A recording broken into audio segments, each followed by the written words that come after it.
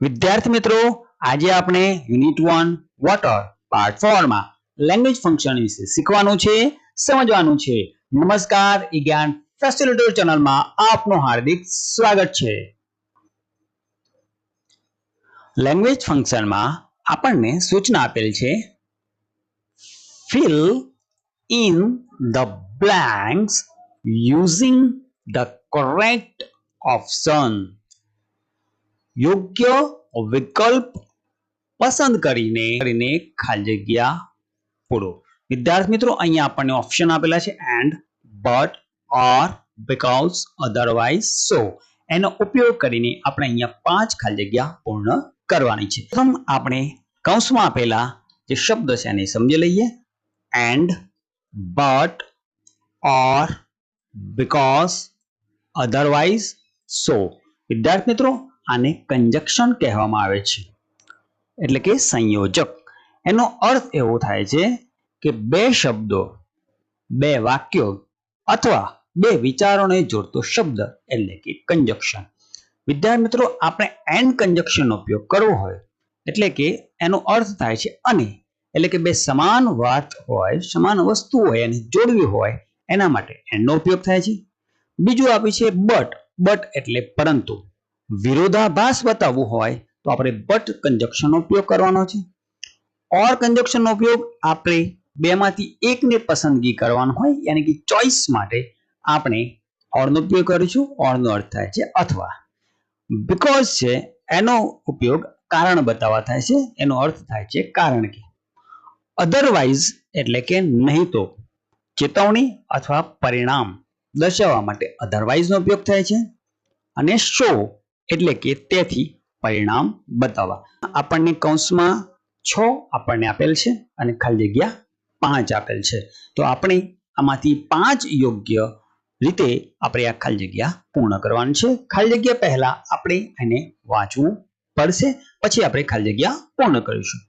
She is tired blank. She finished all her homework. She is tired. તેની થાકી ગઈ છે. She finished all her homework. તેને તેનું બધું જ ગૃહ કાર્ય પૂર્ણ કર્યું. તો વિદ્યાર્થી મિત્રો, આપણને તરત અહીંયા ખ્યાલ આવે તેની થાકી કેમ ગઈ? કારણ કે એનું બધું જ ગૃહ કાર્યને ખતમ કર્યું. એટલે આપણને અહીંયા ખબર પડે છે કે એનું કારણ મળ્યું. થાકવાનું કારણ શું હતું? ગૃહ કાર્ય પૂર્ણ કર્યું. એટલે આપણે અહીંયા ખાલી જગ્યામાં મૂકીશું બીકોઝ. આ રીતે આપણે ખાલી જગ્યા પૂર્ણ કરવાની. વિદ્યાર્થી મિત્રો, number 2, would you like tea, coffee? અહીંયા આપણને પસંદગી બતાવવામાં આવી છે કે શું તમે ચા કે કોફી પસંદ કરશો? તો આમાં આપણે અહીંયા મૂકીશું ઓર, કેમ કે ઓર નો ઉપયોગ છે એ ચોઈસ માટે થાય છે. Number 3, he worked hard. તેને સખત કામ કર્યું. he passed the exam. અને તેને પરીક્ષા પાસ કરી. સખત મહેનત કરી એટલે એને પરીક્ષા પાસ કરી. એટલે આપણે અહીંયા કૌંસમાં મૂકીશું સો. અહીંયા કેમ આપણે વિદ્યાર્થી મૂકીશું સો? એટલે તેથી. he worked hard અને એનું પરિણામ મળ્યું, તેને સખત મહેનત કરી અને પરિણામ શું મળ્યું? એને પરીક્ષા પાસ કરી લીધી. એટલા માટે આપણે અહીંયા સો કંજક્શનનો ઉપયોગ કર્યો. Number 4, I did not go to school. I didn't go to school. હું શાળાએ ગઈ ન હતી. I was sick. હું બીમાર હતી. હવે અહીંયા શું થઈ ગયું વિદ્યાર્થી મિત્રો? શાળાએ ન જવાનું કારણ આવ્યું. શું આવ્યું? sick, બીમાર હતી. એટલા માટે અહીંયા આવ્યું બીકોઝ. ઓકે, શાળા ન ગઈ એનું કારણ હતું કે તેની બીમાર હતી. એટલે આપણે અહીંયા બીકોઝ મૂક્યું. Number 5, he took a stick. તેને એક લાકડી લીધી. started walking. તો અહીંયા બે સમાન વસ્તુ છે એને જોડવાની વાત છે, એટલે અહીંયા આપણે મૂકીશું and. he took a stick and started walking. તેને લાકડી લીધી અને ચાલવા લાગ્યો. તો આ રીતે વિદ્યાર્થી મિત્રો, આપણે આ કંજક્શનને યોગ્ય રીતે પૂર્ણ કરવાના હતા. ત્યારબાદ આપણને સૂચના આપી છે બી માં, match A with B and rewrite the sentences. A ને B સાથે જોડવાનું છે અને વાક્યને ફરીથી લખવાના છે. એ છે I went to the market. હું માર્કેટ ગયો હતો. કેમ ગયા હતા? તો કોઈક વસ્તુ ખરીદવા માટે. તો અહીંયા આપણે જોઈએ તો આપી જોઈએ and bought some books. I went to the market and bought some books. Okay, અને આપણે શું કર્યું? એ ને બી સાથે જોડ્યું. હવે એને આપણે ફરીથી લખવાનું છે આ રીતે વિદ્યાર્થી મિત્રો. I went to the market and bought some books. Okay, એમાંથી વાક્ય લેવાનું અને બી માં જેની સાથે એ યોગ્ય હોય એની સાથે આપણે જોડવાનું છે. I did not score well. હું સારો સ્કોર એટલે કે સારા ગુણ ન લાવી શકી. તો આની સાથે આપણે જોડાણ કરીએ એટલે વાક્ય આ રીતના બનશે. But I am happy. અહીંયા આપણે બટ મૂકીશું. કેમ બટ મૂકીશું? કારણ કે વિરોધાભાસ છે. કે સ્કોર સારો નથી આવ્યા, ગુણ સારા નથી આવ્યા, તેમ છતાં એ ખુશ છે, એટલા માટે આપણે બટ કન્જક્શનનો ઉપયોગ કર્યો છે. ઓકે, અહીંયા આપ્યું છે બટ આઈ એમ હેપી, એટલે બેનું જોડાણ એ સાથે થયું. એ પ્રમાણે number 3, he has lost his toy so he is crying. અહીંયા શો કેમ મૂકવામાં આવ્યું? ત્યાંથી અહીંયા પરિણામ આવી ગયું. પરિણામ શું કામ આવ્યું? કે એને એનું રમકડું ગુમાવી દીધું, ખોઈ નાખ્યું, અને એટલા કારણે તે રડે છે. ઓકે, સો આપણે જ્યારે મૂકવું હોય તો યાદ રાખવાનું કે સો પછીનું જે વાક્ય છે એ પરિણામ હશે. Number 4, would you take tea or coffee? Okay, આની અંદર આપણે વાક્યને જોડવાના છે. Number 5, she slept only because he is not well.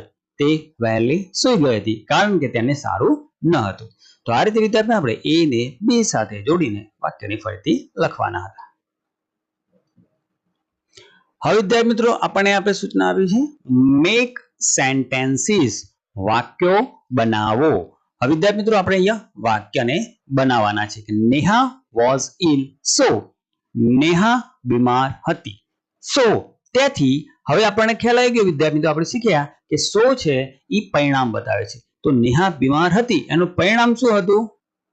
she did not go to school. તેની શાળાએ ગઈ ન હતી, એનું પરિણામ એ આવ્યું. ઓકે, નેહા વોઝ ઇલ, નેહા બીમાર હતી તેથી તે શાળાએ ગઈ ન હતી. તો બીજી ખાલી જગ્યામાં એનું શું બતાવવામાં આવે છે? પરિણામ બતાવવામાં આવે છે. Number 2, you can go to cinema or, તમે સિનેમા જશો અથવા પસંદગી બતાવવામાં આવી સિનેમા અથવા, તો આપણે બીજામાં લખી શકીએ કે સ્ટે એટ હોમ, તમે ઘરે પણ રોકાઈ શકો છો. આ રીતે આપણે વાક્ય પૂર્ણ કરવાનું. પ્રથમ લાઇક્સ ધ મેંગોસ બટ, પ્રથમને કેરીઓ ગમે છે પણ, હવે વિરુદ્ધાભાસ લખવાનું. કેરીઓ ગમે છે પણ બીજું વસ્તુ ન ગમતી હોય લખવાનું આ રીતના. It does not like bananas, તેને બનાનાસ ગમતા નથી. ઓકે, બટ વિરોધાભાસ બતાવે છે. Here is crying because, Heer રડી રહી છે કારણ કે, કેમ રડી રહી છે એનું કારણ આપણે લખવાનું. she lost her toy, તેને તેનું રમકડું ગુમાવી દીધું છે. Number 5, he has a lot of money yet, yet એટલે છતાં પણ, તેની પાસે ઘણા બધા પૈસા હોવા છતાં પણ he is not happy, તે ખુશ નથી. ઓકે વિદ્યાર્થી મિત્રો, તો આ રીતે આપણે સેન્ટેન્સ બનાવવાના હતા. ત્યારબાદ વિદ્યાર્થી મિત્રો ડી વિભાગ આપ્યું છે, એમાં સૂચના આપી છે મેક પેર્સ, જોડી બનાવો. Student 1 will ask a question and student 2 will answer them. વિદ્યાર્થી મિત્રો અહીંયા આપણે જોડી બનાવવાની, એમાં સ્ટુડન્ટ 1 છે એ પ્રશ્ન પૂછશે અને સ્ટુડન્ટ 2 છે એના જવાબ આપશે. અહીંયા એક્ઝામ્પલ આપણને આપે છે. Student 1, where is the pencil? પહેલા વિદ્યાર્થીએ પ્રશ્ન પૂછ્યો કે પેન્સિલ ક્યાં છે? તો બીજો વિદ્યાર્થી જવાબ આપે છે the pencil is in the box. Pencil બોક્સમાં છે. Now student 2 will ask questions about the objects in the classroom and student 1 will answer them. અને હવે જે સ્ટુડન્ટ 2 વિદ્યાર્થી નંબર 2 છે એ પ્રશ્ન પૂછશે ઓબ્જેક્ટ્સ, વસ્તુઓ જે વર્ગખંડમાં આવેલી છે એના વિશે પ્રશ્ન પૂછે અને સ્ટુડન્ટ 1 એનો જવાબ આપશે. સ્ટુડન્ટ 2 પ્રશ્ન પૂછ્યો વેર ઇઝ યોર નોટબુક? તારી નોટબુક ક્યાં છે? તો સ્ટુડન્ટ 1 જવાબ આપે છે it is in my bag, તે મારા બેગમાં છે. એ રીતે આ રીતે વિદ્યાર્થી મિત્રો તમે પ્રશ્ન બનાવી શકો. એક્ઝામ્પલ તરીકે વેર is the teddy beer? Okay, તો આ રીતે પ્રશ્ન પૂછવામાં આવે કે ટેડી બિયર ક્યાં છે, ક્લાસરૂમનો ઓબ્જેક્ટની વાત કરવામાં આવી છે, તો એનો જવાબ આ રીતે આપવાનો, it is in the chair, તે ખુરશીમાં છે. બીજો પ્રશ્ન આ રીતે બનાવી શકાય, where is the hat, hat ક્યાં છે, તો જવાબ આ રીતે આપણે શકીએ, it is on the desk table. વિદ્યાર્થી મિત્રો, આ તમને જે હું સમજાવું છું એ બરાબર તમે સમજજો. વિદ્યાર્થીને પ્રશ્ન પૂછવાનો છે, એક વિદ્યાર્થીને જવાબ આપવાનો છે. ઓકે, એટલે આ રીતે પ્રશ્ન પૂછીને આ રીતે જવાબ અપાય, એનું તમને હું એક્ઝામ્પલ અહીંયા બતાવતો જાઉં છું. તો ટોપી ક્યાં છે, તે ટોપી ડેસ્ક ટેબલ ઉપર છે. ત્રીજું વાક્ય બને વેર ઇઝ ધ ફૂટબોલ, ફૂટબોલ ક્યાં છે, તો અહીંયા ચિત્રમાં પણ અહીંયા દેખાય છે, તો આપણે વાક્ય આ રીતે બનાવી શકીએ, it is near the chair, તે ખુરશીની નજીક છે. બીજું વાક્ય બનાવો તો આ રીતે બનાવી શકીએ, વેર ઇઝ ધ રિસ્ટ વોચ, કાંડા ઘડિયાળ ક્યાં છે, it is under the desk table, તે ડેસ્ક ટેબલની નીચે છે. તો આ રીતે વિદ્યાર્થી મિત્રો આપણે પેર બનાવીને એક વિદ્યાર્થીને પ્રશ્ન પૂછવાનો છે, એક વિદ્યાર્થીએ જવાબ આપવાનો છે. આપણે બને ત્યાં સુધી વેરથી જ પ્રશ્ન પૂછવાના છે, કેમ કે આપણે સ્થાન જાણવાનું છે. ઓકે વિદ્યાર્થી મિત્રો, હવે ઈ વિભાગ ડુ એઝ યોર ટીચર સે, તમારા શિક્ષક કહે તે પ્રમાણે કરો. હવે વિદ્યાર્થી મિત્રો અહીંયા જે પ્રવૃત્તિ છે લેંગ્વેજ ફંક્શનમાં, એ તમારા શિક્ષક તમને કહે છે એ પ્રમાણે તમારે કરવાનું છે. સૂચના આપી છે કે વિદ્યાર્થીઓને 3-3 ના જૂથમાં વિભાજિત કરો.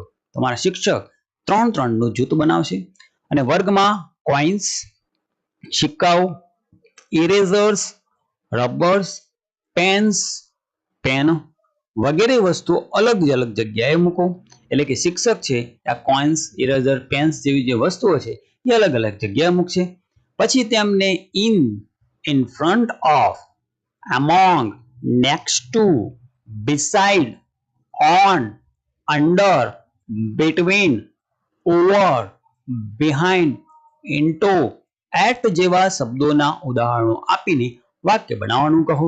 હવે વિદ્યાર્થી મિત્રો, તમારા શિક્ષક છે તમને પહેલા જોડી બનાવી દેશે, ત્યારબાદ આ વસ્તુ અલગ અલગ જગ્યાએ મૂકશે. પછી તમારે આ પ્રિપોઝિશન છે, ઇન એટલે અંદર, હાલ આપણે વાક્ય બનાવ્યું એમાં ઇન નો ઉપયોગ હતો ને વિદ્યાર્થી મિત્રો, ઇન એટલે કે અંદર, કોઈ વસ્તુ અંદર છે તે બતાવવા માટે. ઇન ફ્રન્ટ ઓફ, ની આગળ, કોઈ વસ્તુ તમારી સામે છે તે બતાવવા માટે. એમોંગ, 2 થી વધુ વસ્તુ વચ્ચે હોય ત્યારે એમોંગ એટલે કે વચ્ચે.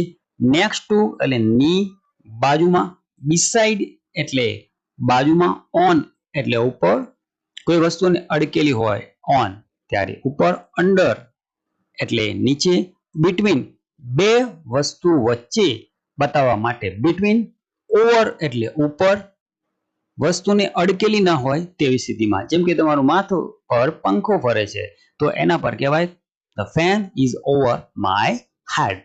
behind એટલે પાછળ અને into એટલે કે અંદર, બહારથી અંદર આવતા હોય ત્યારે into ઉપયોગ થાય છે અને at એટલે ચોક્કસ સ્તર બતાવવા.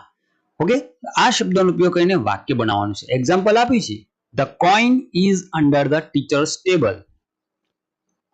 કોઈન છે એ ટીચર્સના ટેબલની નીચે છે. the pen is between the two chair. Pen છે એ 2 ખુરશી નીચે વચ્ચે છે, 2 ખુરશી વચ્ચે પેન છે. હવે એ રીતે વિદ્યાર્થી તો તમારા શિક્ષક છે એક જગ્યાએ પેન્સિલ મૂકી હશે અને તમને કહે છે એ બેગમાં છે, તો તમારે વાક્ય આ રીતે બનાવવાનું, the pencil is in the bag. હવે the teacher, શિક્ષક ક્યાં છે, તમને કહે છે કે તું તમારે વાક્ય બનાવવાનું, the teacher is in front of the class. વર્ગની સામે શિક્ષક છે એ પ્રમાણે the ball, જ્યાં તમારા શિક્ષકે બોલ મૂક્યો હોય ત્યાં તમારે આ વાક્ય બનાવવાનું, the ball is near the table. તો આ રીતે વિદ્યાર્થી મિત્રો તમારા શિક્ષક કહે એ પ્રમાણે તમારું વાક્ય બનાવવાનું છે. હવે વિદ્યાર્થી મિત્રો F આપેલ છે, કરેક્ટ ધ સેન્ટેન્સીસ, વાક્યોને સાચા બનાવો. વિદ્યાર્થી મિત્રો અહીંયા જે વાક્યો છે એ ખોટા છે, એને આપણે સુધારવાના છે કે ભાઈ nose is in my eyes, મારા આંખો વચ્ચે મારું નાક છે, પણ આ રીતે વાક્ય ન બને. વાક્ય આ રીતે બનશે, my nose is between my eyes, મારું નાક 2 આંખો વચ્ચે છે. ઓકે, આ રીતે વાક્ય બનશે. નંબર 2, એને આપણે કરેક્ટ કરીએ તો આ પ્રમાણે કરેક્ટ થશે, my teeth are in my mouth. બરોબર, અહીંયા ઓન નો ઉપયોગ છે. ઓન એટલે ઉપર, પણ આપણા દાંત ક્યાં હોય? મોંની અંદર હોય, એટલા માટે ઇન નો ઉપયોગ કરવાનો. આઈ એમ સિટિંગ ઓન ધ ફેન. અહીંયા ઓન એટલે ઉપર, બરાબર, પંખા ઉપર તો બેસાય નહીં, એટલે આ વાક્ય ખોટું છે. તો ઓન ની જગ્યાએ આપણે ઉપયોગ કરવાનો છે અંડર. હું પંખાની નીચે બેસ્યો છું. My friends are sitting in મી. તો એની બાજુ આપણે જે ઇન છે એની જગ્યાએ આપણે લખવાનું છે બી સાઈડ. મારા મિત્રો મારી બાજુમાં બેસ્યા છે. The main is sleeping over. Over પણ ખોટું છે, એની જગ્યાએ આપણે લખવાનું છે under. The main is sleeping under the tree. તો આ રીતે વિદ્યાર્થી મિત્રો આપણે જે ખોટા વાક્યો હતા એને કરેક્ટ કરવાના હતા. ઓકે, ચેનલ પર પ્રથમવાર આવ્યો તો ચેનલને સબસ્ક્રાઇબ કરી બેલ આઇકોનને પ્રેસ કરી લેજો. વિડીયોને લાઈક કરશો અને આ વિડીયો તમારા મિત્રોને શેર કરવાનું ભૂલશો નહીં. વિડીયો જોવા બદલ આપનો ખૂબ ખૂબ આભાર. ધન્યવાદ.